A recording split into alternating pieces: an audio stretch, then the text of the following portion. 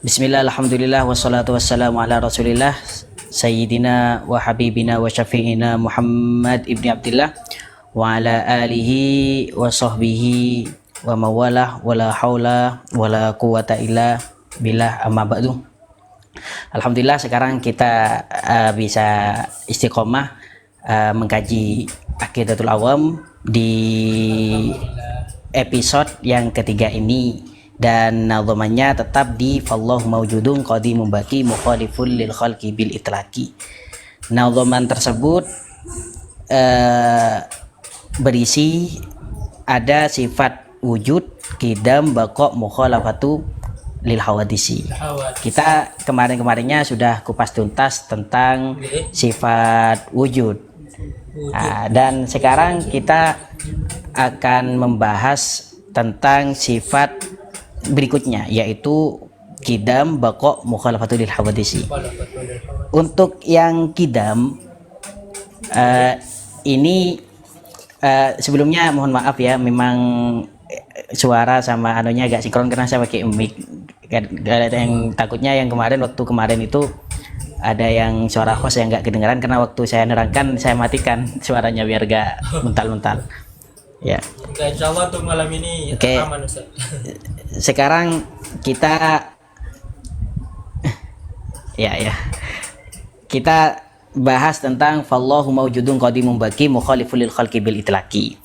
Sifat qidam itu sebagaimana yang pernah kita kaji yang sebelumnya, itu sudah masuk ke dalam kerangka wujud itu sendiri. Dengan kita meyakini bahwasannya Allah Ta'ala wajib wujud, maka berarti kita meyakini bahwasannya Allah Ta'ala qidam dan juga baqa. Allah Ta'ala wujud, Allah Ta'ala wajib ada, berarti akal tidak bisa menerima kalau dikatakan Allah Ta'ala tidak ada. Dengan begitu berarti Allah Subhanahu wa Ta'ala selamanya ada, tidak ada awalnya, tidak ada akhirnya. Itu adalah qadim sama baqa. Jadi sampai ulama itu ada yang mengatakan kalau mengatofkan qidam dengan baqa itu mengatofkan atful am alal khos. Tapi mengapa oleh di kita masih disebutkan qidam dan juga baqa? Ya karena memang tujuan penyusunan 50 akidah itu biar dipahami oleh orang-orang awam yang terkadang kurang begitu mengerti. Khawatirnya kalau tidak dimasukkan qidam dan juga baqa, itu khawatirnya nanti meyakini ya Allah Ta'ala ada, entah itu qidam atau hadis, ya Allah alam, khawatirnya kayak gitu. Makanya ada qidam dan juga baqanya. Begitupun juga sifat-sifat yang lain, ada sifat misalkan sifat qadiran, muridan, aliman, hayyan, sami'an, basiran, mutakalliman. Itu tetap disebutkan, padahal kalau Allah Subhanahu wa Ta'ala memiliki sifat kudrat, iradat, ilmu hayat, maka Allah Ta'ala memiliki sifat qadiran, muridan, ila akhirih itu.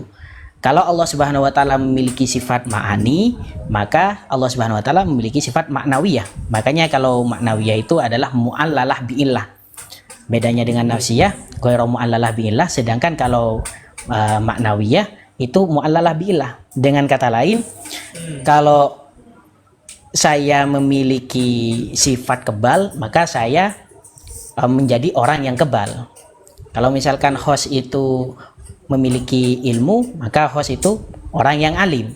Maka orang yang alim itu merupakan sifat mu'allalah bi'illah dengan ilmunya yang dimiliki oleh moderator. Dengan kata lain, kalau seandainya saya sudah mengatakan moderator memiliki sifat ilmu, itu sebenarnya pemahaman berikutnya ya moderator kaunu moderator ya aliman, begitu aja. Tapi aliman ke belakang qadiran, muridan, aliman, hayyan, sami'an, basiran tetap disebutkan ya biar paham aja gitu lah. Sama halnya qidam, baqa itu sebenarnya sifat salbiyah yang sudah tercover di sifat wujud itu sendiri. Qidam, baqa, mukhalafatu lil hawadisi. Lah sekarang qidam itu yang menjadi termasuk sesuatu yang sangat penting untuk dibahas, dan bahkan yang menjadi perbedaan kita dengan beberapa pandangan falasifah itu terkait misalkan alam itu kidam atau hadis. Falasifah kelirunya itu mengatakan alam itu kidam, sedangkan kita mengatakan ya alam semuanya masih wallah itu adalah hadis. Maka kita perlu untuk mengetahui sebenarnya apa bedanya kidam, apa yang dimaksud kidam, apa sih yang dimaksud hadis. Makanya di yang kemarin kita breakdown ulang ya, bahwa akar muara dari pembahasan ilmu kalam itu sebenarnya meyakini bahwasannya alam itu hadis. Kalau sudah mengatakan alam itu qadim, ya maka tidak butuh muhdis, tidak butuh pada pencipta. Ya ngapain bahas berikutnya? Ya enggak. Dari awal kita memang harus harus taslim dulu bahwasannya alam itu hadis. Maka kalau alam itu hadis membutuhkan kepada muhdis. Dan baru muhdis ini disifatin. Muhdis itu qadim. Muhdis itu enggak boleh ada awalnya. Karena kalau enggak qadim, kata ulama, itu juga saya sambil baca-baca di komentar ada yang nanya tentang dalilnya kidam. Karena kalau Allah Ta'ala tidak kidam, maka ya hadis. Karena tidak ada menengah-nengah antara kidam dengan hadis. Kalau gak kidam ya hadis. Maka kalau Allah Ta'ala gak kidam, maka berarti Allah Ta'ala hadis membutuhkan kepada muhdis. Kalau membutuhkan kepada muhdis kelanjutannya, maka lazima ad-daur awit tasalsul. Maka nanti ujung-ujungnya bisa daur sama tasalsul. Daur itu kalau gambarannya kayak daur ulang itu A menciptakan B, B menciptakan C, C menciptakan A, atau A menciptakan B, B menciptakan C. Pokoknya kayak C menciptakan A. Pokoknya berputar-putar kayak gitu. Itu daur dan itu mustahil secara akal. Sudah sepakat semua orang-orang yang ahli akal di sana bahwasanya hal itu mustahil. Kalau semisalkan ada orang Zaid melahirkan Amr, Amr melahirkan Bakar. Masa Bakar itu akan memiliki anak Zaid? Itu kan tidak masuk akal, tidak masuk akal. Begitupun juga tasalsul. Nanti kalau tidak daur ya pasti tasalsul. Tasalsul itu berarti Tuhan membutuhkan pencipta. Penciptanya Tuhan yang membutuhkan pencipta terus sampai mala nihayatalahu, sampai tidak ada ujungnya. Maka kalau tidak ada ujungnya nanti ya juga tidak masuk akal. Mana ada pas sesuatu yang tidak ada ujungnya kayak gitu, gak masuk akal juga. Maka daur dan tasalsul itu tidak masuk akal. Jadi Allah Subhanahu wa taala kesimpulannya qadim. Karena kalau hadis terjadilah daur dan tasalsul yang itu mustahil hukumnya. Fallahu mawjudun qadimun baqi mukhalifun lil khalqi bil itlaqi. Dan juga qadim ini apa yang dimaksud kidam? Kidam itu adalah mudahnya adalah mawjudun la awwalalahu. Keberadaan yang tidak ada awalnya. Memang ulama ada 3 pendapat mengenai definisi tentang kidam itu sendiri yang dikomparkan dengan azali.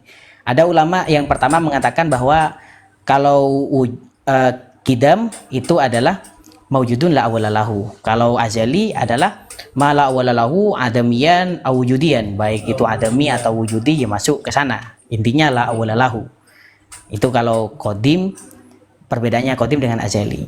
Ada juga ulama yang mengatakan kalau qadim itu adalah sesuatu yang qaimun binafsihi yang la awwalalahu.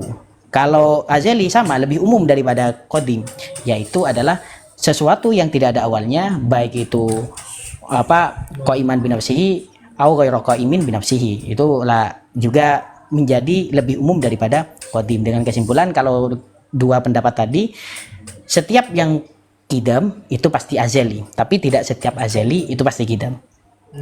Juga berikutnya ada ulama yang mengatakan yang nomor 3 bahwasanya azali dengan qadim itu mutaradif, sama agak sinonim, gak ada bedanya sama sekali.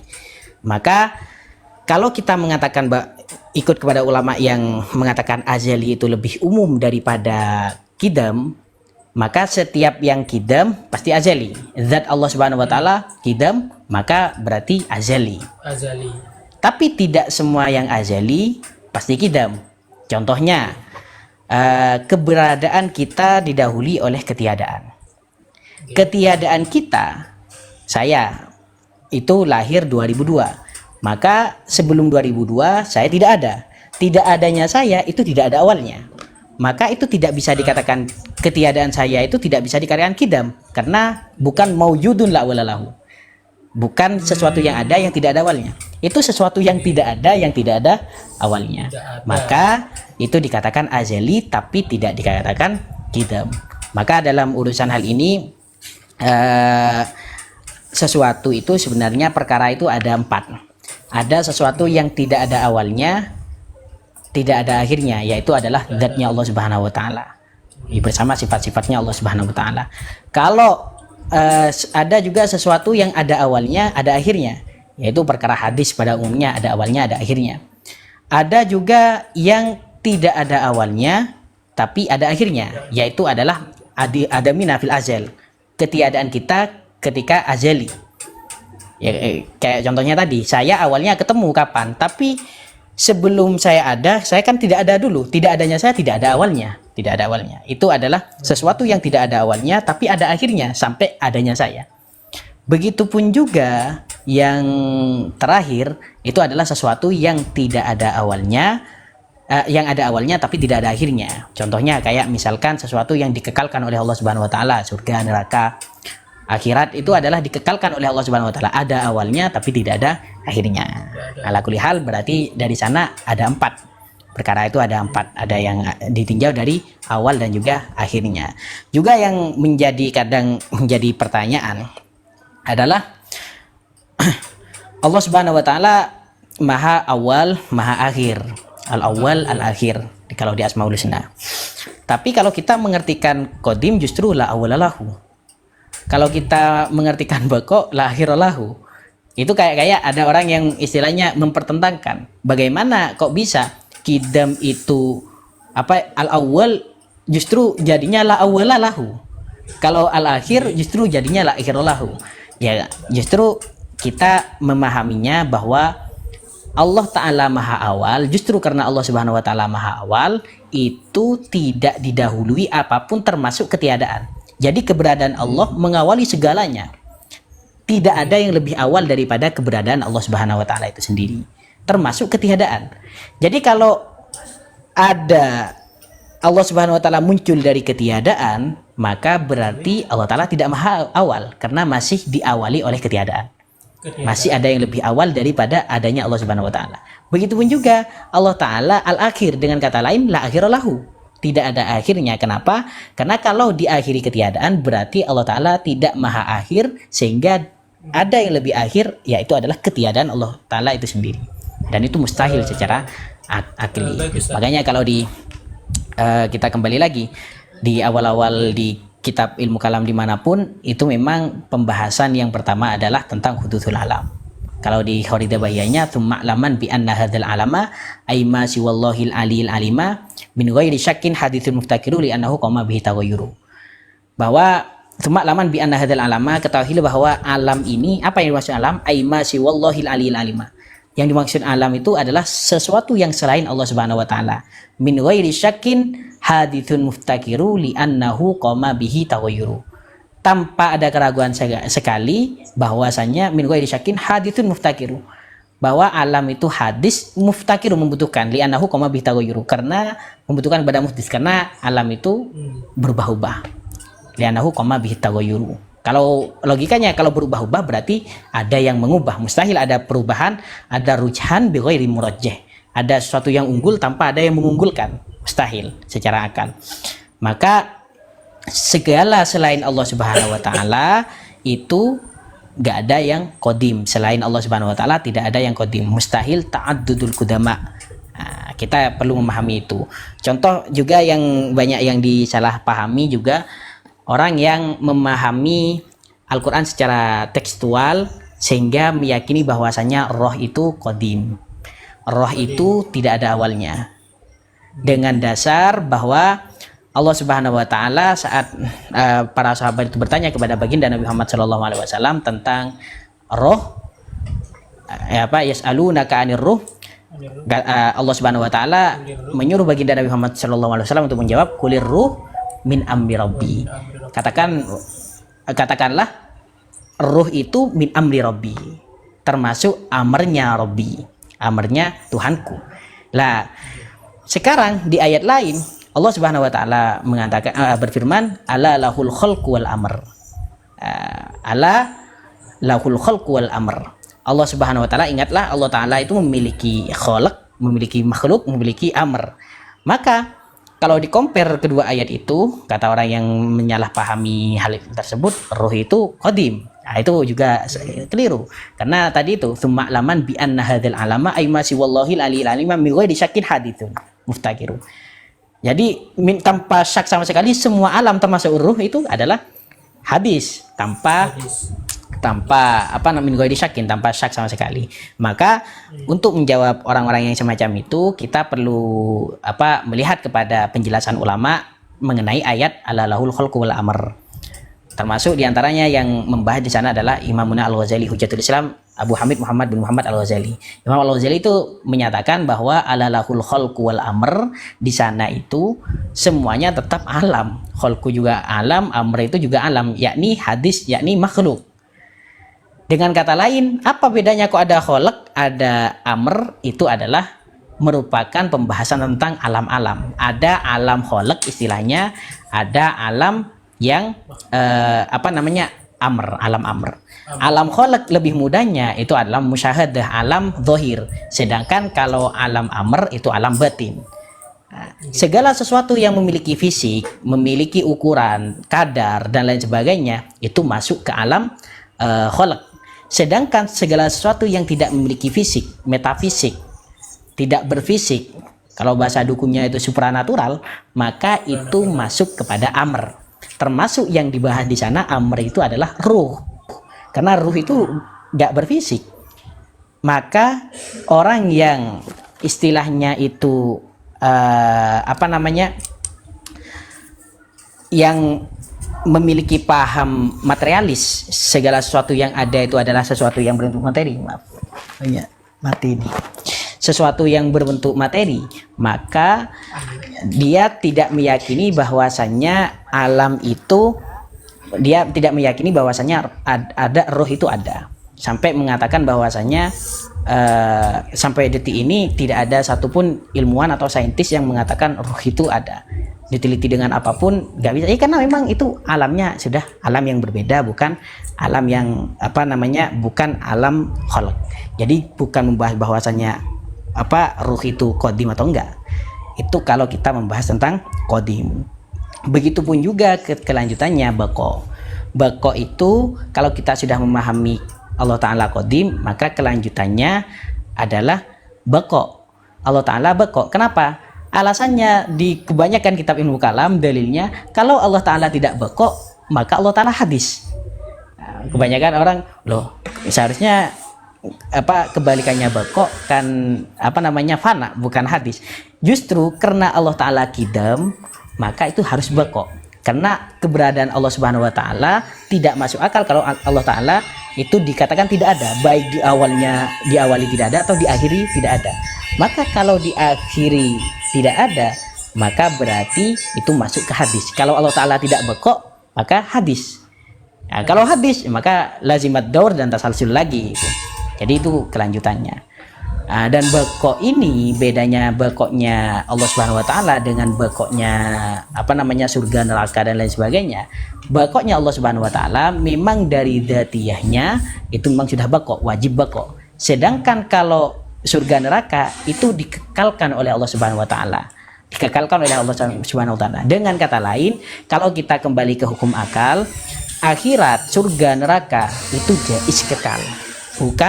Bukan wajib min haitsu dzatihi. Tapi kalau karena itu sudah dikekalkan oleh Allah Subhanahu wa taala dan sudah dikabarkan di Al-Qur'an, yang mana Al-Qur'an ala wifaqi ilmihi, sesuai dengan ilmunya Allah Subhanahu wa taala yang enggak mungkin keliru, maka melihat hal itu surga neraka itu wajib kekal syar'an. Secara secara nasnya itu wajib kekal.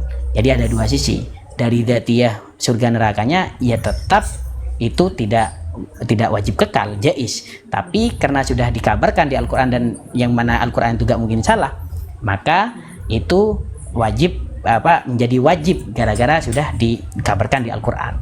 Secara hukum akalnya hakikatan ya tetap jaiz. Nah, itu sama seperti kalau di pembahasan akidahnya sama seperti sesuatu yang dikerjakan oleh baginda Nabi itu baginda Nabi itu wajib amanah. Dengan kata lain, nggak mungkin khianat mengerjakan sesuatu yang dilarang oleh Allah Subhanahu Wa Taala. Berarti pekerjaan Nabi bagaimana? Min haitsu dzatiyah fi'linya itu bagaimana? Ada 3, yaitu wajib, sunat, sama mubah. Tapi secara aridinya ya enggak. Rasul nggak mungkin mengerjakan perkara mubah. Meskipun Rasul saren, meskipun Rasul itu dahar misalkan, itu memang perkara mubah yang justru menjadi nilai ibadah. Jangankan kita, kalau di Umul Brohimnya itu di Dasukinya, adnal aulia saja mengerjakan perkara makruh itu jarang. Mubahnya itu justru menjadi sunnah, menjadi wajib. Adnal aulia itu, apalagi baginda Nabi. Jadi paling sedikitnya, paling enggak Nabi itu kalau mengerjakan diantaranya adalah tasyri'. Kita menyebarkan ilmu saja itu sudah bernilai pahala. Oh, saya main bola biar tahu orang itu kalau bola itu jaiz, maksudnya mengajarkan kalau main bola itu boleh, nggak haram di agama. Itu kalau mengajarkan. Jadi kalau kita niat mengajarkan kan bisa berubah nilai pahala. Apalagi baginda Nabi Muhammad SAW yang memang membawa syariat. Jadi setidak-tidaknya beliau mengerjakan perkara mubah, ya pasti berubah nanti bernilai pahala. Maka dari segi dzatiyahnya memang bisa mengerjakan perkara mubah jaiz, tapi karena sudah berubah, ya maka tidak ada pekerjaannya yang menjadi jaiz, justru semuanya bernilai ibadah. Berikutnya kita nanti diperbanyak di sesi tanya jawab aja. Mukhalifun lil khalqi bil itlaqi. Allah Subhanahu wa taala berbeda dengan makhluk, berbeda dengan makhluk. Karena makhluk itu bersifat hadis. Kalau Allah taala itu sama dengan makhluk, yang mana makhluk itu hadis, maka kelazimannya ya Allah taala hadis. Bagaimana kalau Allah taala hadis? Ya tadi lagi lazimat daur dan tasalsul. Pokoknya ke sana larinya semuanya. Lazimat daur dan tasalsul. Kalau Allah taala hadis maka membutuhkan wadah muhdis. Kalau muhdis itu membutuhkan wadah muhdis, pencipta membutuhkan wadah pencipta, maka bisa daur, bisa tasalsul, yang mana kedua-duanya sama-sama mustahil. Maka juga yang perlu kami bahas di sini ada kalau kita di sebagian kelompok mohon maaf dari Salafi Wahabi biasanya memang sering istilahnya mengatakan Allah Ta'ala ada di langit, Allah Ta'ala memiliki tangan, Allah Ta'ala memiliki kaki, karena memang ada zahirun nas yang mengarahnya ke situ. Itu tidak dibenarkan dan bertentangan dengan sifat mukhalafatuhu lil hawadisi, mukhalifun lil khalqi bil itlaqi, bertentangan dengan ini. Karena kalau memiliki tangan ya nanti sama dengan perkara hadis, yang mana itu juga menyebabkan Allah Ta'ala hadis dan lazimat daur dan tasalsul. Oke, kadang disanggah begini, saya tidak menyamakan tangan Allah dengan tangan makhluk. Saya menyatakan Allah Ta'ala memiliki tangan, tapi tangan Allah tidak sama dengan tangannya makhluk. Saya tidak mengatakan bertempatnya Allah sama dengan bertempatnya makhluk. Intinya Allah Ta'ala memiliki tempat Allah di langit, tempat Allah di arsy, dan itu tidak sama dengan kita bertempat. Jadi itu sama dengan pemahaman kamu kepada kita misalkan, yang mengatakan Allah Ta'ala maha mendengar, tapi pendengaran Allah tidak sama dengan pendengaran kita. Allah Ta'ala maha melihat, tapi penglihatan Allah tidak sama dengan penglihatan kita. Nah, maka sanggahan semacam ini rancunya itu gara-gara dia tidak memahami tentang mukhalafatuhu lil hawadisi. Karena kalau mengerti apa yang dimaksud mukhalafatul hawadisi dan mustahil Allah Ta'ala mumatilan lil khalqi, yang dimaksud mumatilan di sana bagaimana sama dengan makhluk adalah sama dalam segala sifat nafsiyahnya. Dengan kata lain, kalau kita mengatakan Allah Ta'ala punya tangan, maka sifat nafsiyah tangan itu kita tidak bisa membayangkan. Jadi kalau sifat nafsiyah itu selagi zat itu ada, ya maka sifat nafsiyahnya melekat. Contohnya wujud. Mana mungkin sesuatu yang ada tidak memiliki sifat wujud, apapun itu. Jadi wujudnya keberadaan suatu benda, sifat keberadaan, ya selama benda itu ada, yuk maka memiliki sifat ada. Begitupun juga di antara sifat nafsiyah dari tangan itu adalah kalau Allah Ta'ala memiliki tangan, maka sifat nafsiyahnya ya memiliki jisim. Kita tidak bisa membayangkan ada tangan yang tidak berjisim. Tidak bisa. Mana mungkin ada tangan tidak berjisim. Seaneh-anehnya bentuk tangan, sebeda-bedanya bentuk tangan dengan tangannya kita, itu ya tetap memiliki jisim. Nah, maka dari sana perbedaannya. Berbeda dengan istilahnya kalau kita mengatakan Allah Ta'ala mendengar, tapi Allah Ta'ala mendengarnya tidak sama dengan mendengarnya kita. Iya, karena memang mendengar itu tidak mesti pakai alat, tidak mesti pakai telinga, tidak mesti pakai atau indera-indera yang lain, tidak mesti. Nah, jadi Allah Ta'ala mendengar memang tanpa telinga. Tapi kalau mengatakan Allah Ta'ala punya tangan, maka itu konsekuensi logisnya dari mengatakan Allah Ta'ala memiliki tangan, berarti Allah Ta'ala memiliki fisik, dan itu berarti sama dengan perkara hadis. Itu letak perbedaannya dari keduanya sana. Maka itu letak perbedaannya antara pemahaman kita dengan pemahaman Wahabi. Maka kalau kita di pelajaran Dasukinya di Ummul Barahin, di antara Aslud Dolalah, di sana ada orang yang meyakini memahami akidah dengan at-tamassuk bi dhawahirin nusus, hanya kepada zahir-zahir nas saja. Wah, yadullah fawqa aydihim, berarti Allah Ta'ala punya tangan, tanpa menghiraukan dalil-dalil akal, tanpa menghiraukan konsekuensi logis dari sana. Maka itu justru menjadi aslud dolalah, jadi asal kesesatan seseorang. Nah, contoh saja, masa kalau mengatakan yadullah fawqa aydihim berarti Allah Ta'ala punya tangan. Coba ditanya, kalau kamu hanya melihat kepada zahirun nas, maka tanyakan saja, tangan Allah ada berapa? Ada berapa? Yadullah fawqa aydihim itu pakai mufrad. Di ayat lain, ma khalaqtu biyadayya, itu pakai tasniyah. Ada juga di ayat lain oleh ulama disebutkan itu pakai jamak. Jadi yang benar itu tangan Allah satu, dua, tiga, banyak gitu.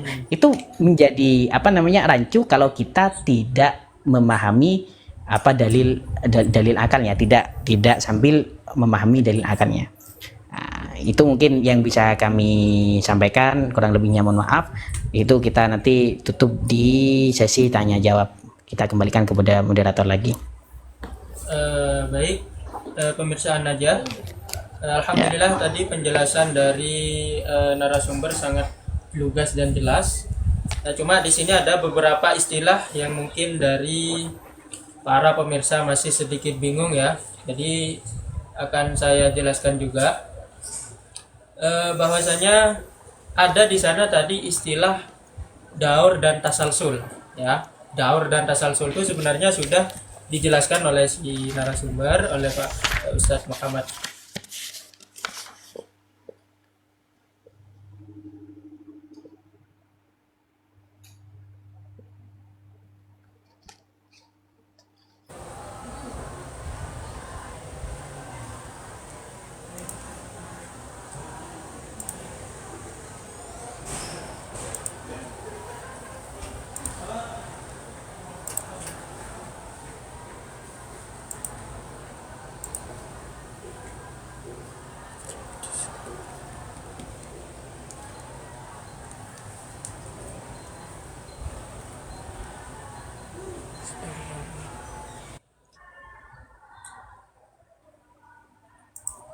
Ya.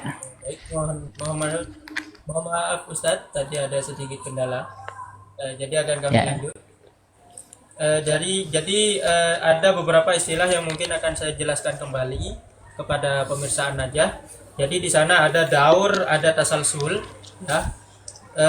Kalau tasalsul itu malah nihayatalahu, jadi ada suatu mata rantai yang ujungnya tidak ditemukan. Ini adalah dua istilah yang kalau seandainya Allah itu tidak bersifat qidam dan baqa. Jadi Allah kalau tidak bersifat qidam, maka Allah itu hadis. Hadis itu artinya baru. Setiap perkara yang baru akan membodohi perkara yang memperbaruinya. Dan yang memperbarui Allah itu juga akan butuh kepada yang memperbaruinya, dan terus sehingga tidak ada batasnya. Itu adalah tasalsul. Nah, beda halnya dengan daur. Tadi beliau juga menjelaskan daur itu adalah suatu perputaran yang juga tidak ada batasnya. Kalau tasalsul tidak berputar, tapi kalau daur itu berputar yang tidak ada batasnya. Jadi Zaid melahirkan Bakar, Bakar melahirkan Umar, Umar melahirkan Zaid kembali, seperti itu. Dan itu semuanya muhal bagi Allah Subhanahu wa taala. Baik Ustaz, di sini kami sedikit mempunyai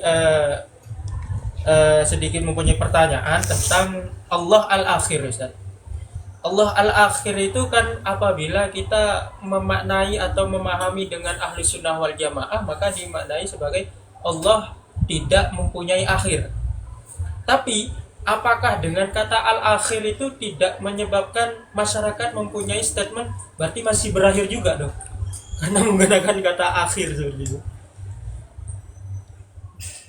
Atau memang ini harus ada penjelasan lebih lanjut Ustaz tentang al-akhir sebagaimana yang ada di dalam Asmaul Husna. Ya, mengenai pemahaman kepada Asmaul Husna, sebenarnya yang bisa bikin bingung bukan hanya awal akhir saja kepada orang yang awam, tentunya kepada orang yang tidak mengerti. Maksudnya misalkan al-warith, Allah Ta'ala maha mewarisi, as-sabur, maha sabar, apa Allah Ta'ala sakit hati kan gitu. Itu juga semuanya menjadi pertanyaan kalau tidak dipahami dengan benar tentunya.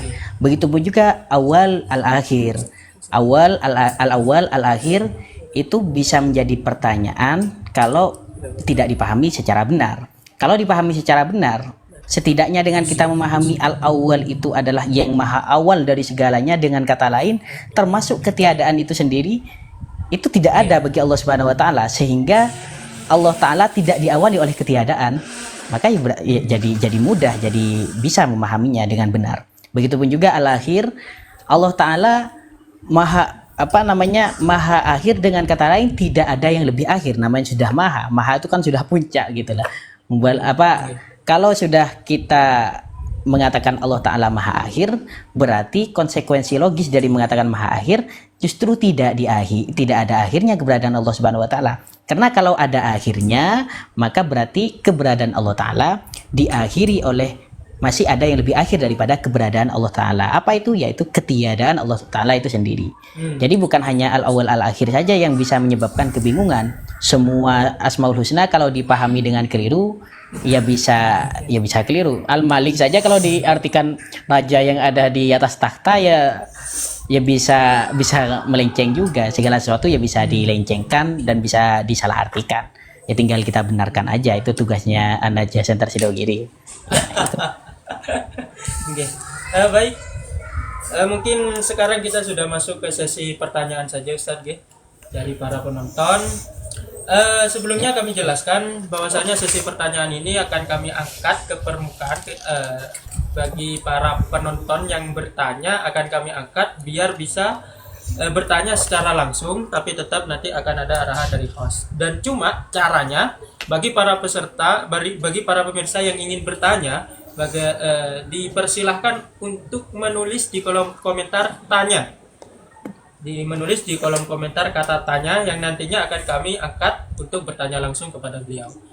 Cuma tetap kami tegaskan pertanyaan seputar tema, jadi kami tidak akan mengangkat atau tidak akan menjawab pertanyaan dari penonton yang melenceng atau keluar dari tema. Baik, bagi para penonton mungkin ada yang mau bertanya, silahkan ditulis di kolom komentar kata tanya, nanti akan kami angkat. Dipersilahkan. Untuk passwordnya tanya di kolom komentar, nanti akan kami angkat. Kalau tidak seperti itu, baik, ada satu penanya, Diana Udi. Baik, saudara Diana Udi, apakah Anda sudah paham tentang tema yang sudah kami bahas tadi? Insya Allah Ustaz. Nah, baik, dipersilakan kepada saudara Diana Udi untuk mempertanyakan tema yang sudah kami bahas. Dipersilakan. Baik Ustaz, mohon izin perkenalkan, nama saya sebenarnya Diana Udi. Oh, Diana. ingin bertanya seputar mungkin ada keterkaitan dengan sifatnya Allah, yaitu tidak bertempat. Ya, walaupun tadi tidak dibahas secara detail. Saya punya pengalaman begini, Tat. Tempo hari saya ngobrol dengan yang berakidah berbeda, yang mereka meyakini bahwa memang Allah itu walaupun dikatakan Allah itu berada di atas arsy itu tidak menempati istilahnya. Lalu saya tanya lagi, berarti Allah tidak bertempat? Oh, bukan begitu maksudnya.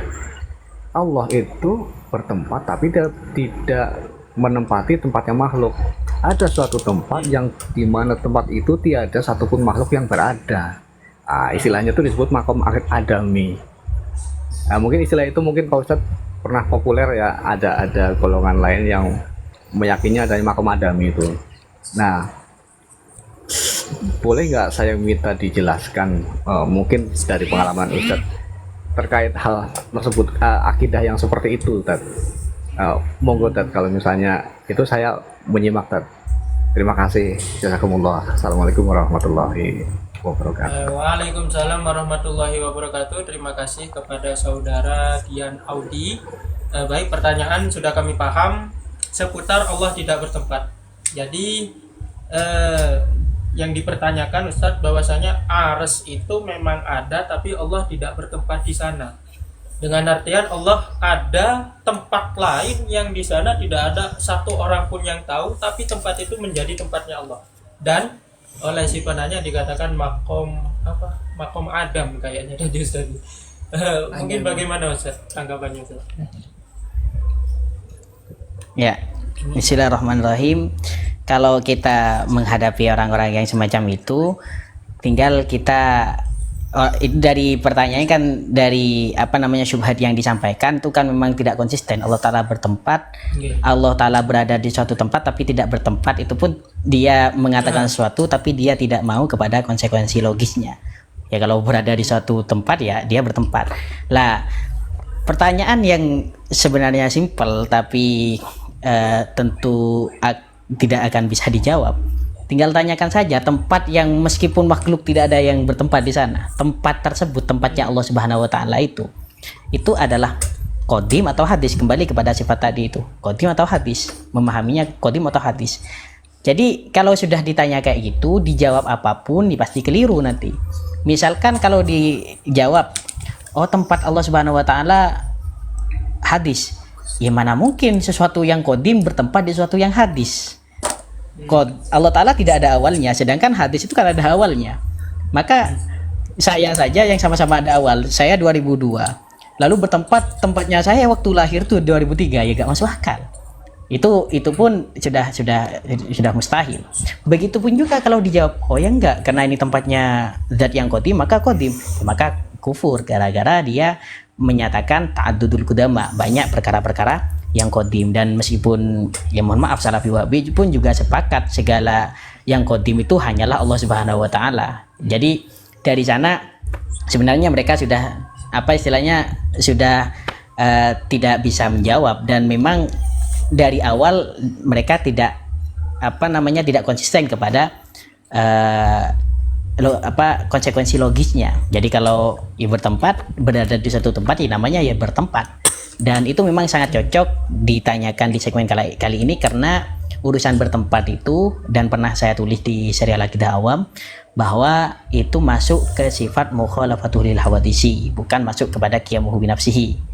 Karena kalau masuk ke qiyamuhu binafsihi dan orang banyak ingin menyanggah kepada Salafi Wahabi yang mengatakan Allah Ta'ala di suatu tempat, menyanggah pakai dalilnya qiyamuhu binafsihi. Saat dilihat dalilnya qiyamuhu binafsihi, kalau Allah Ta'ala itu berupa sifat, kalau Allah Ta'ala itu zat, karena kalau Allah Ta'ala karena memiliki banyak sifat, karena kalau sifat itu tidak memiliki banyak sifat, nggak nyambung. Karena yang dimaksud qiyamuhu binafsihi adalah ada muftikor kepada mukhassis dan juga kepada mahal, bukan makan. Sedangkan kalau tidak bertempat, zat yang tidak bertempat itu zat yang tidak memiliki makan, bukan mahal. Kalau mahal itu adalah tempat bagi sifat. Itu menjadi istilahnya menjadi konsekuensi logisnya sendiri. Termasuk kalau misalkan dijawab begini, dan ini ada di kolom komentar sekarang, jadi saya bahas karena memang nyambung ke pertanyaan ini. Bisakah Allah menciptakan tempat untuk Allah Ta'ala itu sendiri?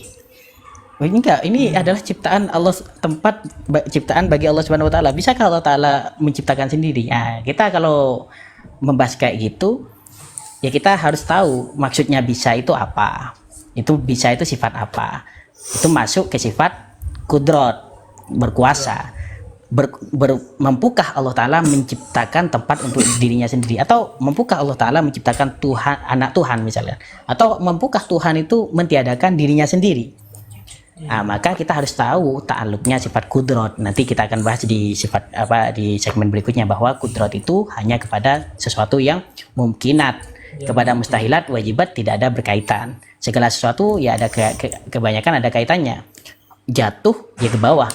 Bisakah jatuh ke atas? Ya bukan masalah bisa enggaknya, tapi kaitannya jatuh itu ke bawah. Ya mungkin itu sudah jamin manik kepada pertanyaannya. Oke, saya kembalikan kepada moderator. Baik, terima kasih. Pertanyaan pertama sudah dijawab. Sebagaimana tadi, kepada para pemirsa yang ingin bertanya, untuk menulis di kolom komentar kata tanya dan akan kami angkat. Tapi tetap sebagaimana tadi, bahwasanya pertanyaan seputar dari tema. Mohon maaf apabila nanti ada pertanyaan yang tidak bersangkutan dengan tema, maka akan kami potong dan tidak kami jawab. Baik, dipersilakan kepada seluruh pemirsa yang ingin bertanya untuk menulis kata tanya di kolom komentar, kemudian akan kami angkat agar bisa bertanya langsung kepada narasumber. Dipersilakan yang ingin bertanya untuk menulis kata tanya dulu di kolom komentar, nanti akan kami angkat. Baik, ada satu dengan akun Darus diangkat, kita tunggu. Baik, kepada saudara Darus saudara Darus, apakah Anda memahami tema yang kami bahas pada malam hari ini? Alhamdulillah. Lumayan. Terima kasih. Memahami. Nah, baik, dipersilahkan kepada saudara Darus untuk bertanya kepada. Assalamualaikum warahmatullahi wabarakatuh. Waalaikumsalam warahmatullahi wabarakatuh. Sebagai prolog dari pertanyaan saya adalah bahwa Tuhan itu bukan apa yang kita pikirkan. Kan kita diperintah oleh Tuhan untuk mengingat Tuhan gitu ya. Nah, sementara apa yang kita ingat itu bukan Tuhan gitu. Kan begitu. Setiap kita berpikir tentang Tuhan, bukan itu Tuhan, bukan apa yang kita pikirkan gitu. Nah, terus kalau dikorelasikan dengan logik, tadi Ustadz menjelaskan rasionalitas tentang Tuhan. Terus bagaimana ketika kita berpikir tentang Tuhan, sementara apa yang kita pikirkan tentang Tuhan itu bukan Tuhan? Lalu keberadaannya gimana gitu? Baik, diterima pertanyaannya. Yang kedua ini saya kurang paham terkait sifat salbiyah dan nafsiyah ini. Itu mohon dijelaskan di ujung jawabannya. Atas perhatiannya kami ucapkan terima kasih. Assalamualaikum warahmatullahi wabarakatuh. Waalaikumsalam warahmatullahi wabarakatuh. Terima kasih kami ucapkan kepada saudara Darus. Baik, pertanyaannya ada dua, Ustadz. Di sini beliau si penanya masih kebingungan tentang, mungkin ini korelasinya kepada mukhalafatul hawadis, Ustadz. Allah itu berbeda dengan makhluknya, artinya setiap apa yang terjadi kepada makhluk dan apa yang ada di makhluk itu tidak mungkin ada kepada Allah. Artinya berbeda. Cuma dari si penanya ini memang kebingungan. Kalau memang kita harus mengingat Allah, sedangkan apa yang kita ingat adalah apa yang kita dengar, apa yang kita lihat, Sedangkan apa yang kita dengar, apa yang kita lihat itu adalah sesuatu yang diciptakan oleh Allah. Maka bagaimana cara kita untuk mengingat Allah sedangkan ingatan kita tidak ada yang berkaitan dengan Allah sama sekali? Atau bahkan ini bisa dijadikan sesuatu yang sangat berbahaya ketika ada orang terkadang mengingat Allah hanya mengingat lafadznya saja, karena ya Allah selama ini yang saya lihat ya lafadz saja seperti itu. Mungkin ini bisa dijawab dulu sebelum nanti akhirnya ke salbiyah dan nafsiyah. Dipersilakan.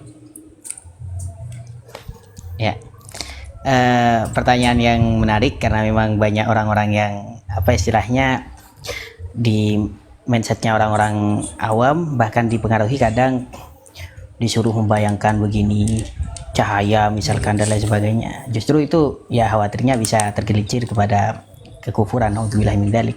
Tapi pada dasarnya memang kita disuruh bukan untuk memikirkan zatnya Allah. Tafakkaru fi khalqillah wala tafakkaru fi dzatihi kama qol. Kita disuruh berpikir kepada apa ciptaan Allah Subhanahu wa taala, bukan untuk berpikir kepada zatnya Allah Subhanahu wa taala. Kenapa? Karena memang zatnya Allah taala mukhalafatul lil hawadisi, dan yang kita bayang itu ya semuanya sesuatu yang hadis. Jadi kita hanya bisa memikirkan sesuatu yang pernah kita lihat, kita edit di kepala kita, ya kayak gitu. Memang semuanya perkara hadis. Kullu ma khatara bi balik fallahu laisa kadzalik. Segala sesuatu yang terlintas di dalam pikiran kita, ya maka itu Allah taala laisa kadzalik, tidak seperti itu. Maka memang sedari awal kita disuruh berzikir kepada Allah Subhanahu wa taala, disuruh selalu mengingat kepada Allah Subhanahu wa taala. Itu bukan mengingat kepada istilahnya membayangkan zatnya, enggak. Justru kita merenungi ciptaan-ciptaan Allah Subhanahu wa taala. Dengan kita merenungi ciptaan Allah Subhanahu wa taala, kita akan mengetahui kepada pencipta. Makanya kalau Imam Al-Ghazali mengutip sebuah hadis, man arafa nafsahu arafa rabbahu. Orang yang mengetahui dirinya sendiri, ya dia akan bisa mengetahui Tuhannya. Karena sebagaimana yang pernah juga dibahas pada segmen sebelumnya, ada seorang Arab Badui dites oleh ulama, kamu percaya nggak ada Tuhan? Ada, percaya. Apa buktinya? Dites. Khawatirnya dia hanya iman tanpa ada dalil akal. Lalu Arab Badui tadi, Arab kampungan tadi itu menjawab, kamu kalau di sana ada kotoran unta, ada jejak unta, ya jelas berarti ada unta. Mengapa kalau di sini ada makhluk, ada alam, ada langit dan lain sebagainya? Tidakkah hal itu menunjukkan bahwasanya itu semuanya ada penciptanya? Nah, itu adalah termasuk kita merenungi, itu adalah merenungi kepada ciptaan Allah Subhanahu wa taala, tafakur kepada ciptaan Allah Subhanahu wa taala agar kita bisa sampai kepada Allah Subhanahu wa taala. Dan kita memang yang wajib untuk pertama kali itu adalah makrifat kepada Allah taala. Awal wajibin alal insani ma'rifatulillah bil istiqani. Kita kalau makrifat yang wajib bagi orang mukallaf yang pertama kali itu memang ma'rifatulillah. Bahkan Imam Al-Ghazali pernah menyatakan begini, la yasihul ibadah illa bi ma'rifatil ma'bud. Sebuah penyembahan ibadah itu tidak sah kecuali setelah kita mengetahui yang disembah. Makanya sedari kecil anak kecil memang diajari wujud kita kok memang biar mengenal Tuhan, biar mengenal Allah taala itu ada, Allah taala tidak ada awal tidak ada akhir, bukan disuruh membayangkan kepada zat-zatnya.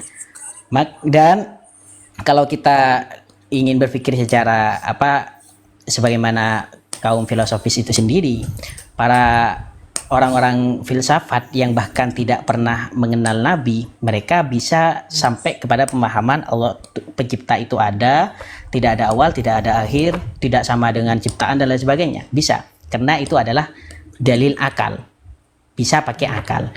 Dan sebagian itu ada yang memang kita tidak bisa menggunakan akal, yaitu sesuatu yang bersifatnya sam'iyat. Contoh, kayak misalkan tentang nama-nama Allah Subhanahu wa taala. Ya tidak bisa. Kamu berpikir secara logis seperti apapun ya gak bisa sampai tahu kepada nama-nama Allah. Jangankan nama Allah, kepada kamu gak kenal saya, gak tahu akunnya saya apa, lalu melihat wajah saya dipikir kalau wajah kayak ini namanya siapa yang cocok, gak bisa, gak bisa. Itu kamu harus tahu, harus nanya informasi dari saya, nama saya itu siapa, begitu. Karena memang itu adalah samai kalau urusan nama. Begitupun juga tentang apa yang diinginkan oleh Allah Subhanahu wa taala kepada hambanya, yaitu ibadah. Maka ulama ada yang mengutip dari Taurat, di sana Allah Subhanahu wa taala mengatakan, khalaqtuka lil ibadah fala tal'ab wa damamtu laka rizqak fala tat'ab. Kamu diciptakan tuh, kata Allah Subhanahu wa taala, saya menciptakan kamu itu untuk ibadah. La ibadah fala tal'ab, maka kamu jangan main-main terus, ibadah. Wa ma khalaqtul jinna wal insa illa liya'budun. Tidak saya ciptakan manusia dan jin kecuali untuk ibadah. La ibadah ini seperti apa yang diinginkan oleh Allah Subhanahu wa taala? Lah itu harus pakai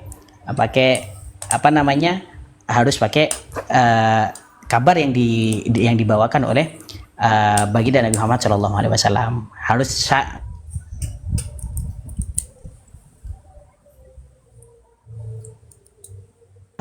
Lah sekarang makanya dulu juga Sayyidina Ali pernah ditanyakan begini, kamu itu tahu kepada Allah Subhanahu wa taala, tahu nabi dari Allah Subhanahu wa taala, atau tahu Allah dari nabi? Bagaimana kamu tahu di antara jawabannya? Singkatnya di sana justru ya tahu Allah taala ya dari Allah Subhanahu wa taala, dan tahu bagaimana apa yang kita ibadah kepada Allah Subhanahu wa taala ya dari baginda Nabi Muhammad Shallallahu alaihi wasallam. Karena syari itu kembali kepada yang sebelum-sebelumnya kami pernah bahas, hukum itu berdasarkan hakimnya itu ada hukum syariat, hukum akal, hukum adat. Lah untuk urusan sholat, wajib, haram, mubah dan lain sebagainya, itu hukum ranahnya hukum syariat. Hakimnya bukan akal, tapi hakimnya itu syari. Syari itu siapa? Syari itu adalah Allah Subhanahu wa taala secara hakikatan, Nabi Muhammad atau para rasul yang lain itu secara majazan. Jadi memang begitu ranahnya. Jadi kita bisa dengan akal bisa makrifat kepada sifat-sifatnya, bukan zatnya. Sekali lagi, bukan membayangkan zatnya. Pertanyaan kayak tadi membayangkan zatnya, enggak, tapi sifatnya tetap. Sifat-sifatnya yang layak, jangan menisbatkan sesuatu yang tidak layak kepada Allah Subhanahu wa taala. Kayak gitu yang kita berpikir tentang makhluknya Allah Subhanahu wa taala. Itu yang bisa kita lakukan, bukan membayangkan zatnya Allah Subhanahu wa taala. Itu mungkin untuk pertanyaan yang pertama. Kemudian pertanyaan berikutnya, Ustaz, salbiyah sama nafsiyah. Mungkin dari si penanya masih kebingungan tentang bagaimana pemahamannya dan bagaimana fungsinya dari sifat salbiyah dan sifat nafsiyah. Dipersilahkan, Ustaz. Ya. Dari sifat Allah Subhanahu wa taala, sifat wajibnya 20 sifat. Itu dikelompokkan menjadi 4. Ada sifat nafsiyah, itu sifat wujud. Ada sifat salbiyah, qidam, baqa, mukhalafatul lil hawadisi, qiyamu bi nafsihi, wahdaniyat. Ada sifat ma'ani, kudrat, iradat, ilmu hayat, sama basar kalam. Kalau ada juga yang terakhir maknawiyah, itu qadiran, muridan, aliman, hayyan, sami'an, sampai ke belakang. Lah sekarang perbedaannya satu sama lain itu bagaimana? Itu berkaitan dengan tipikal dari sifat-sifat itu sendiri.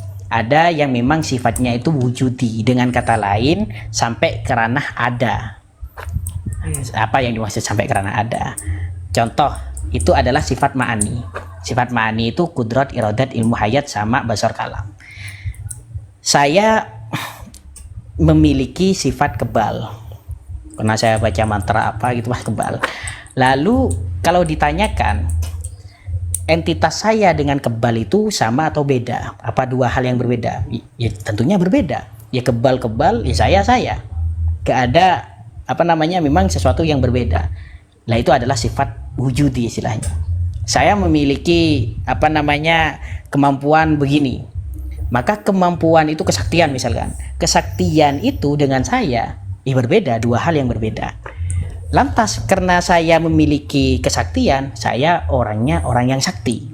Nah, orang yang sakti dengan saya itu sama atau beda? Lah itu yang jadi pembahasan di sana. Nah, itu adalah sifat maknawiyah. Sifat ma'ani itu memang wujudi, sedangkan maknawiyah itu bukan wujudi. Oke, sekarang yang bukan wujudi termasuk nafsiyah tadi. Sekarang yang bukan wujudi itu bagaimana? Ulama ada dua. Ada yang mengatakan yang bukan wujudi itu ya memang diistilahkan dengan ahwal, hal. Apa hal itu? Tidak sampai ke derajat wujudi, ya tidak sampai ke derajat adami, ada di tengah-tengah antara ada dan tiada. Ada juga ulama yang mengatakan enggak ada yang penengah-tengah antara ada dan tiada. Ya kalau tidak ada ya ada, kalau tidak ada ya tidak ada, begitu. Gak ada penengahnya.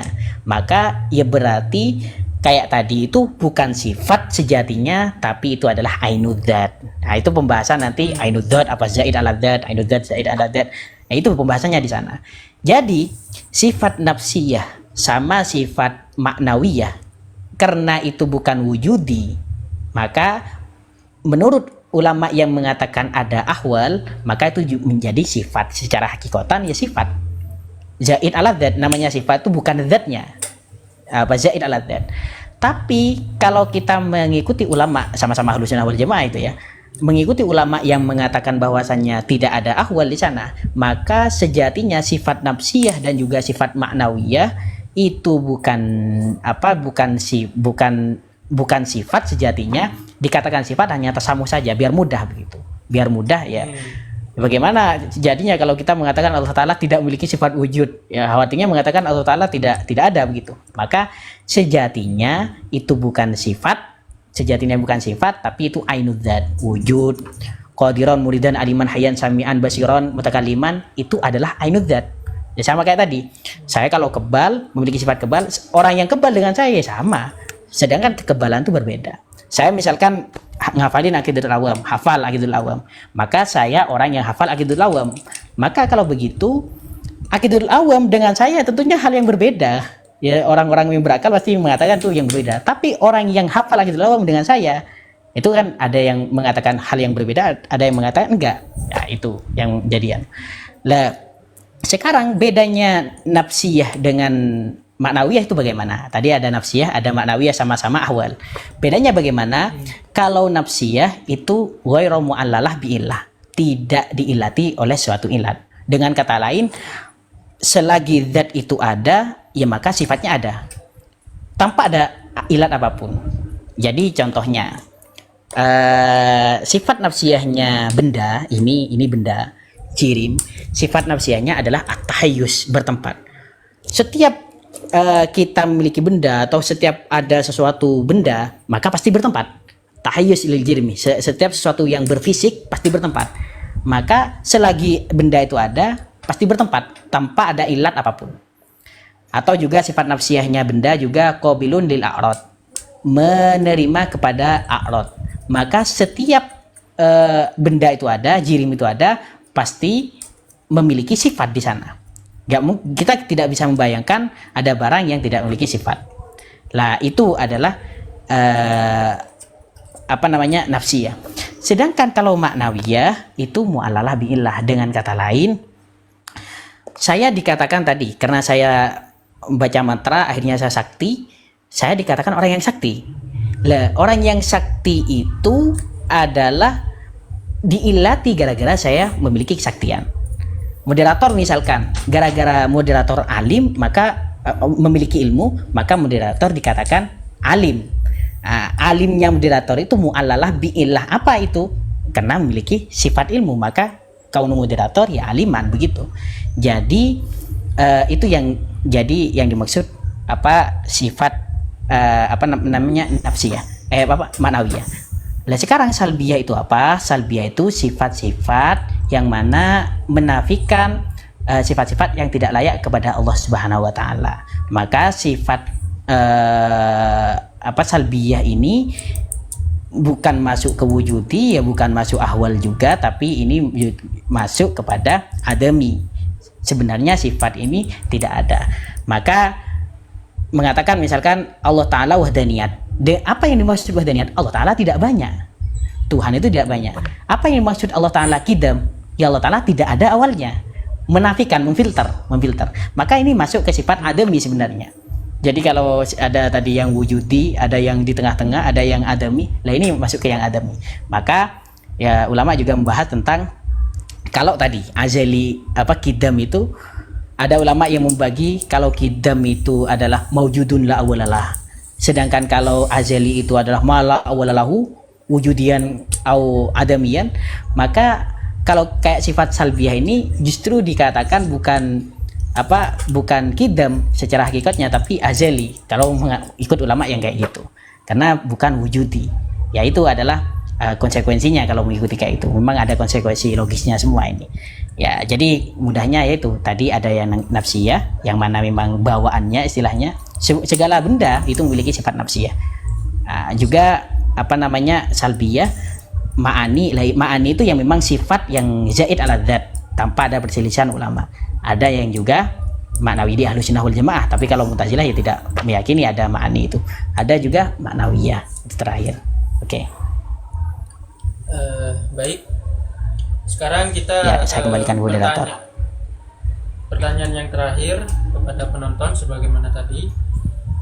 Bagi penonton yang ingin menanyakan seputar tema yang sudah kami bahas, dipersilakan untuk menulis di kolom komentar kata tanya, yang nanti akan kami angkat untuk bertanya langsung kepada narasumber. Tapi tetap pertanyaan harus seputar tentang tema yang kami bahas. Baik, ada satu akun Sahabat Ternak Farm. Ya, kami undang Sahabat Ternak Farm. Baik. Sebelumnya kami tanyakan dulu kepada penanya, apakah Anda sudah paham dengan tema yang kami bahas malam hari ini?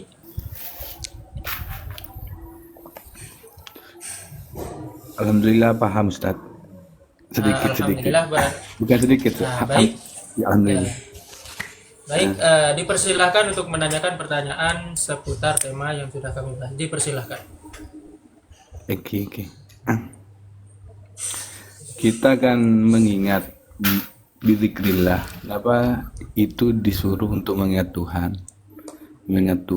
Ini sebenarnya ketidakpuasan penjabaran dari sebelumnya ini. Sebenarnya, mohon maaf. Pertanyaan sebelumnya, Gi. Iya.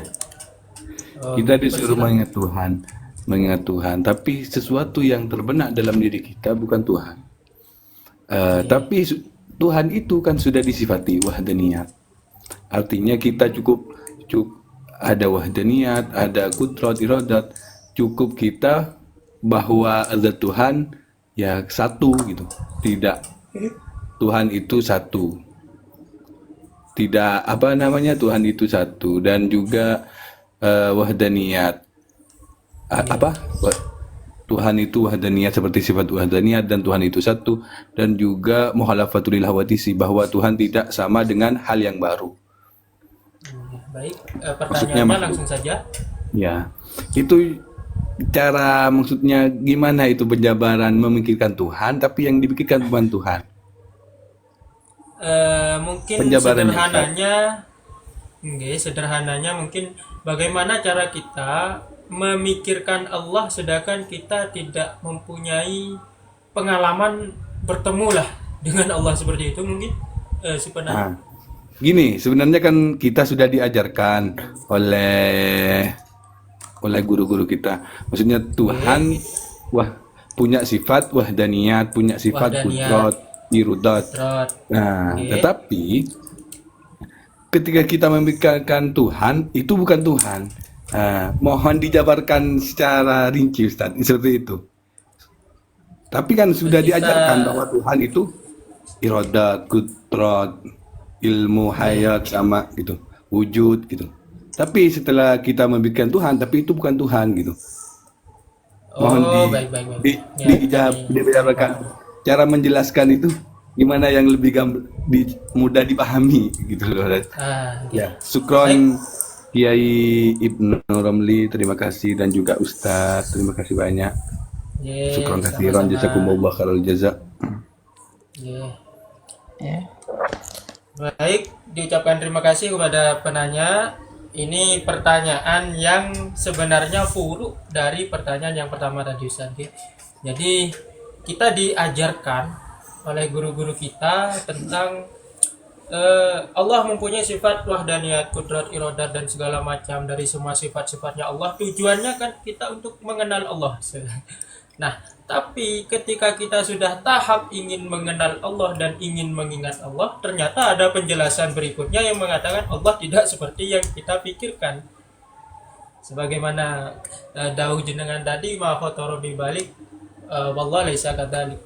Jadi bagaimana cara kita menalarkan pemikiran kita dari apa yang sudah kita dengar dari guru-guru kita yang sebelumnya, Allah, kudrat, iradat, ilmu hayat dan semuanya untuk mengenal Allah, tapi kita sudah sampai pada tahap di mana kita ingin mengingat Allah, ingin merasakan kehadiran Allah, tapi di sana ada kata-kata Allah tidak seperti yang kita pikirkan.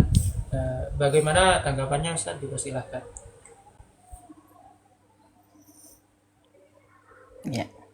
Ya, Bismillahirrahmanirrahim. Ini sebenarnya memang cabang dari pertanyaan yang tadi, dan saya tegaskan, perlu saya ulangi lagi dalam hal ini, kita yang dimaksud ingat kepada Allah bukan membayangkan kepada zat Allah Subhanahu wa taala. Karena yang kita diperintah itu adalah untuk berpikir tentang khalqunya Allah Subhanahu wa taala, bukan zatnya Allah Subhanahu wa taala. Salah kaprah kalau kita zikir itu adalah disuruh untuk membayangkan fisiknya Tuhan. Ya, memang Allah taala enggak berfisik, bagaimana mau dibayangkan? Oke.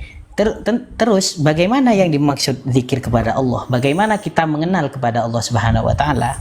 Ya, maka ini sebenarnya kita kembali kepada tahapan makrifat itu sendiri. Yang kita bahas saat ini adalah makrifat indal mutakallimin, yaitu bagaimana makrifat indal mutakallimin bagi ahli akidah, yaitu orang mengetahui kita mengimani sesuatu al-jasmu al-mutabiq lil waqi' bidalilin. Gampangnya kayak itu. Kita meyakini sesuatu sesuai dengan realita. Ya Allah, kalau Tuhan satu ya satu, kalau Tuhan itu qadim ya qadim. Tapi bidalilin, menggunakan dalil-dalil rasional, baik ijmali atau bahkan tafsili. Itu adalah kalau makrifat secara mutakallimin, dan kita membahasnya memang itu dari kemarin-kemarinnya, bukan caranya makrifat secara sufi. Nah, kalau makrifat sebagaimana para sufi itu lebih tinggi daripada itu lagi. Maka kata Imam Al-Ghazali kalau di kitab Kimia Sa'adah, di sana dijelaskan kunci makrifat kepada Allah Subhanahu wa taala memang rentetannya dari man arafa nafsahu arafa rabbah.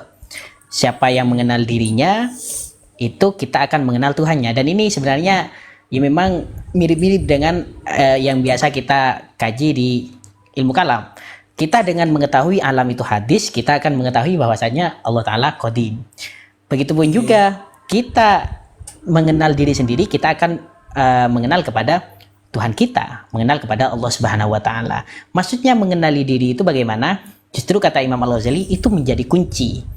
Kenapa? Karena bagaimana mungkin kita bisa kenal kepada Allah Subhanahu wa taala kalau kita tidak kenal kepada diri sendiri. Dan ini sangat logis paparannya Imam Al-Ghazali. Kita bagaimana mungkin bisa kenal kepada Allah, kepada diri sendiri saja tidak kenal.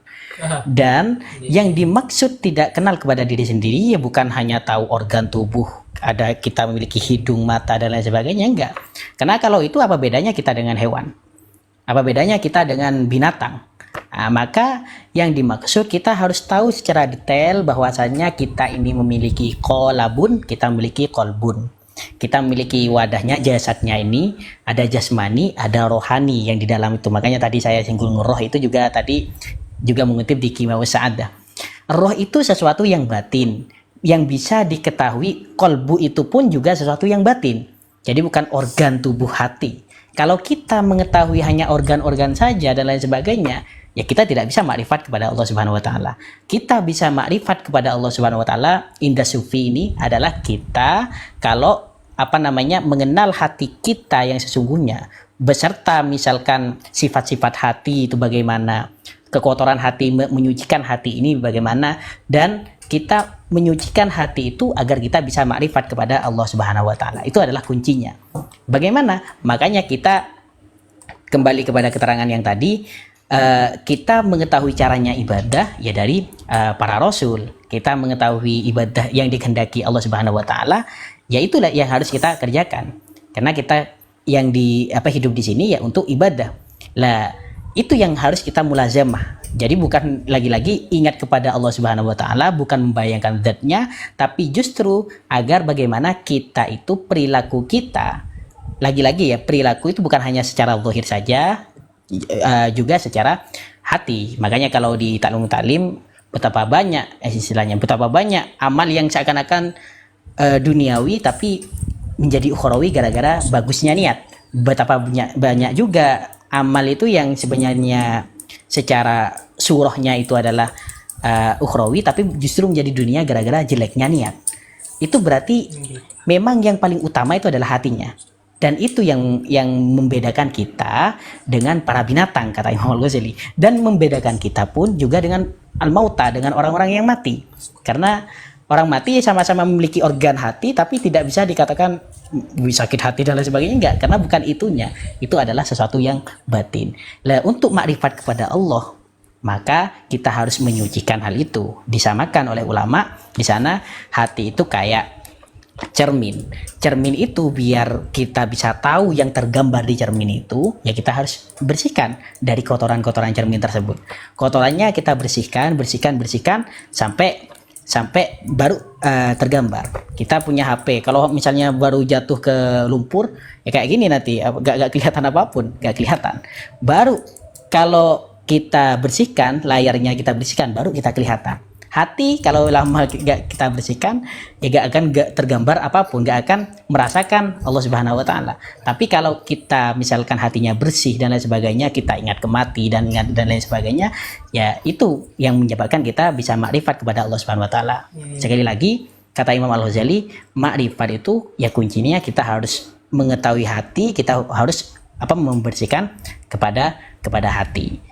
Saya teringat juga di Ihya Ulumuddin-nya ada keterangan bahwa Imam Al-Ghazali membagi ilmu itu ada dua, ada ilmu muamalah, ada juga ilmu mukasyafah. Ilmu muamalah itu ilmu zahirnya, ilmu mukasyafah itu adalah ilmu batin. Dan kita itu harus memiliki bagian dari ilmu mukasyafah. Semua orang harus memiliki bagian dari mukasyafah. Kalau tidak memiliki bagian dari ilmu mukasyafah, khawatirnya kata Imam Al-Ghazali di Ihya Ulumuddin, mengutip para ulama juga di Ihya Ulumuddin, itu adalah wafatnya nanti naudzubillah matinya su'ul khotimah, naudzubillah min dzalik. Lah itu terus gak semua orang mukasyafah. Bagaimana kita memiliki bagian dari mukasyafah? Lagi-lagi di keterangan berikutnya, paling sedikitnya mukasyafah ya kita menyerahkan, kita percaya kepada orang yang mukasyafah. Nah itu adalah yang tingkat-tingkat berikutnya lagi. Nah, keterangan berikutnya lagi itu yang menjadi titik mahalus syahidnya di sini. Kita tidak akan memiliki ilmu mukasyafah bila mana ada dua hal ini, kata ulama di sana. Yang pertama adalah bid'ah. Kalau ada pemahaman bid'ah, itu pentingnya kita belajar akidah. Makanya ya mohon maaf ya, saya bukan wali, tapi saya tidak pernah mendengar misalkan orang yang sesat itu menjadi waliullah, gak ada. Kenapa? Karena memang kata ulama, ilmu mukasyafah itu tidak akan datang kepada yang memiliki pemikiran-pemikiran yang menyimpang, memiliki pemikiran-pemikiran yang bid'ah, meyakini Allah Ta'ala duduk di atas aras, ya gak jadi wali kan begitu. Maka saya teringat juga di penjelasan Abu Yasai Muhammad Al-Maliki, orang kalau cinta kepada Allah itu nomor satu, ya harus tidak mensifati dengan sesuatu yang tidak layak disifati kepada Allah Subhanahu wa taala. Kita mencintai seseorang, ya tentunya kita tidak mau mensifati orang itu dengan oh ini jelek. Kita mencintai istri kita misalkan, istri kita itu jelek, bau dan lain sebagainya. Ya kita gak mungkin kayak gitu karena kita mencintai. Begitupun juga mencintai Allah Subhanahu wa taala, kita tidak akan mensifati dengan sesuatu yang tidak layak. Itu kalau kata Abu Yasai Muhammad Al-Maliki. Itu yang pertama. Makanya itu harus bersih dari kebid'ahan. Yang nomor dua, bersih dari kiber. Kalau ada kesombongan, sedikit pun kesombongan, ilmu mukasyafah itu tidak akan masuk kepada diri seseorang. Itu yang pernah kami kaji di kitab Ihya Ulumuddin. Ya, maka sekali lagi alhasil untuk kita ingat kepada Allah Subhanahu wa taala, ya kita harus sesuai perilaku kita dengan Allah Subhanahu wa taala, dengan perintah Allah Subhanahu wa taala, menjauhi larangannya Allah Subhanahu wa taala, dan kita harus ridho dengan segala ketetapannya Allah Subhanahu wa taala. Itu yang kita mulazamah, bukan membayangkan kepada zatnya Allah Subhanahu wa taala. Itu adalah cara yang keliru. Ya, itu mungkin saya kembalikan kepada moderator lagi.